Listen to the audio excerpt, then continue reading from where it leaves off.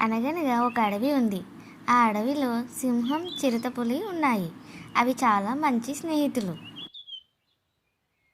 ఆ రెండింటికి వయసు అయిపోవడంతో పెద్దగా వేటాడలేక ఎప్పుడూ నీరసంగా పడుకుని ఉండేవి.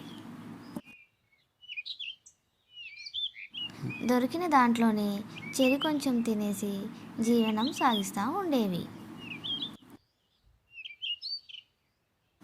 ఓసారి వాటికి వరుసగా వారం రోజుల పాటు తినడానికి ఏమీ దొరకలేదు. ఆకలితో నకనకలాడిపోయాయి. అదే సమయంలో వాటికి కొంత దూరంలో ఒక జింకపిల్ల మేస్తూ కనిపించింది. అప్పుడు సింహం, మిత్రమా, మనం ఎవరికి వారే వేటాడుతుంటే జంతువులు పారిపోతున్నాయి.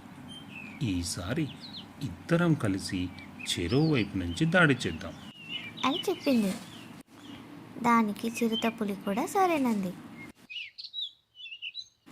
రెండు కలిసి తెలివిగా వేటాడడంతో జింకపిల్ల దొరికిపోయింది. దాంతో వాటి సంతోషానికి అవధులు లేవు. అయితే సింహం మాత్రం, కలిసి వేటాడాలన్న ఆలోచన మొదట నాకే వచ్చింది, అందుకే నేనే ముందు తింటాను అని సింహం అంది. దానికి చిరుతకు ఎక్కడలేని కోపం వచ్చింది.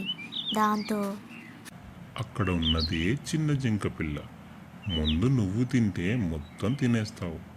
ఇద్దరం కలిసి వేటాడాం, కలిసే తిందాం అని చెప్పింది. దానికి సింహం ఒప్పుకోలేదు. మాట పెరిగింది. అసలు నీకు వాటానే ఇవ్వను, మొత్తం నేనే తింటా పో అని మీదికి చిరుత వచ్చింది. అప్పుడు సింహం కూడా నేనేం తక్కువ అన్నట్లు రెండు కూడా పోట్లాడుకోసాగాయి.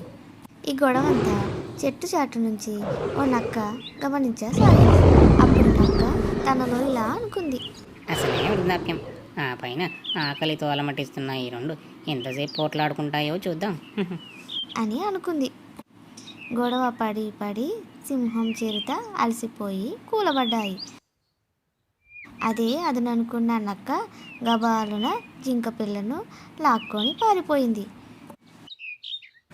అయ్యో, కలిసి పంచుకోకుండా గొడవపడి ఆహారాన్ని పోగొట్టుకున్నామే అని బాధపడ్డాయి సింహం, చిరుతపులులు.